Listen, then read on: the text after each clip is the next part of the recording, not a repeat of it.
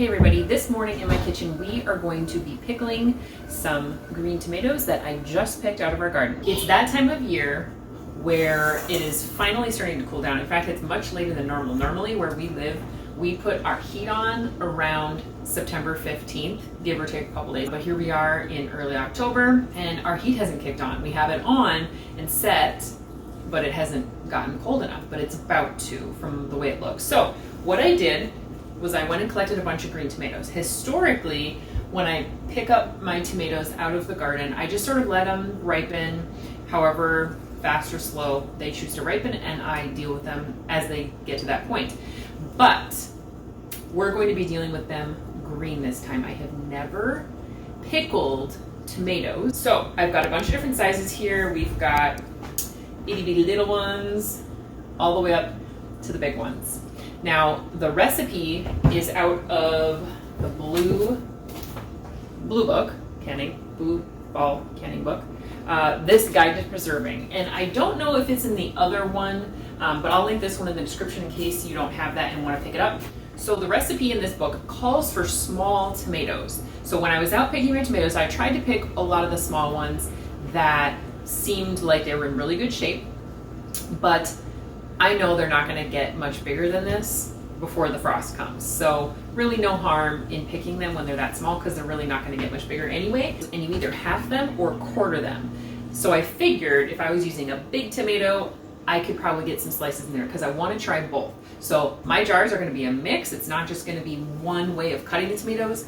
I'm thinking I will try maybe just cutting these ones in half, maybe try quartering these sort of little larger but still small tomatoes, and then get some slices out of these. I could probably even slice these. I'm thinking like at least a 1/4 inch thick, and then they'd be like in rounds, which would be kind of fun. And then these ones, they're going to have to be round. They're going to have to be cut a little bit more because that won't fit into the jar. The other ingredients besides the tomatoes that are in here: pickling salt, vinegar, water. That's going to be the brine, the vinegar and water combination. And then in each jar will go garlic, dill. If you have French dill, you can use that. Otherwise, dill seed works as a replacement. And I'm just thinking, I don't think I have dill seed.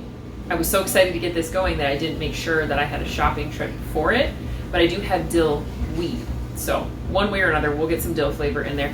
And then bay leaves. And I usually always have a lot of bay leaves on hand. So I'm going to go ahead and get these tomatoes washed up, get the brine going, and let's just get this pickling started. One thing I forgot to mention that I want to really quick is I'm going to use Pickle Crisp. And I've never used this product before in any of the things that I've ever pickled of any kind, but I was thinking I want to try to do that because I know that I don't want to have a soft tomato. So we're going to go with it and hopefully it turns out well.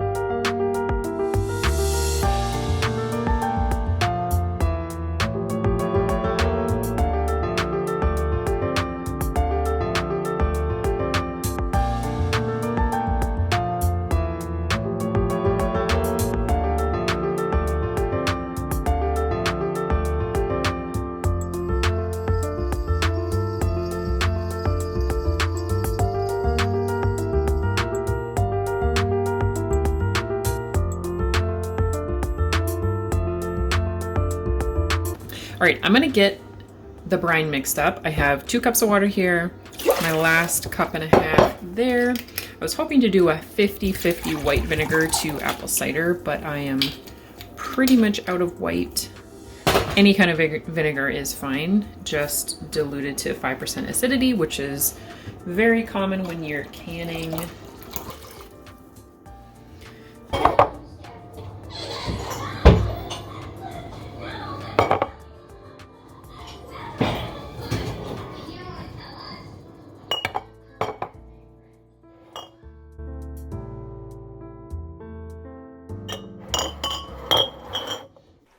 Well, I missed the footage of getting the spices in the jars, but what I did was I added the garlic, the bay leaves, the dill, and then a couple of the jars I added some more pickling seasonings like mustard seed, coriander, and crushed red pepper.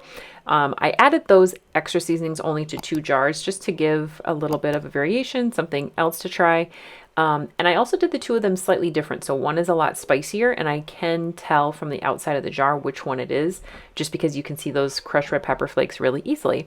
I also added the canning salt to the vinegar on the stove and got the brine nice and hot. I added the pickle crisp on top after the tomatoes were already filled, and it's a super small measurement. It's just 1/8 of a teaspoon. These tomatoes are so fun to work with, these green tomatoes. I'm looking forward to getting a chance to try tasting them. For all the jars, we have to use a little bit less than a 1/2 inch headspace with the tomatoes so that we can bring the brine completely up to the 1/2 inch headspace mark. So we're going to get all of these jars filled with the tomatoes, with the brine and the pickle crisp, and get them in the canner.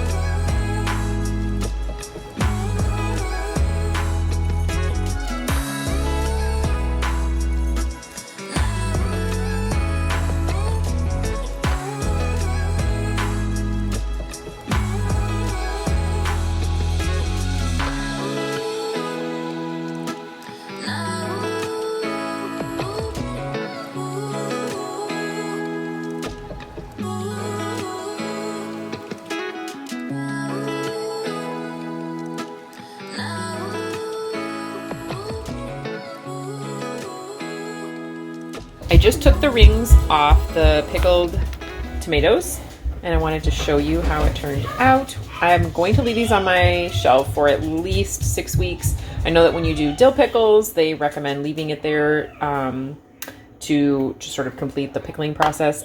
The recipe doesn't specifically say that, but I do that with dill pickles. I don't want to crack one of these open and then it not be as pickly or, you know, whatever. So anyway, this is the rings, the one that was mostly like just full slices. This is the one with the little tomatoes that were just cut in half or quarters. This was just some sliced ones with the dill. This was sliced, had the crushed red pepper. And then this one was the one that had the more pickling spice going on.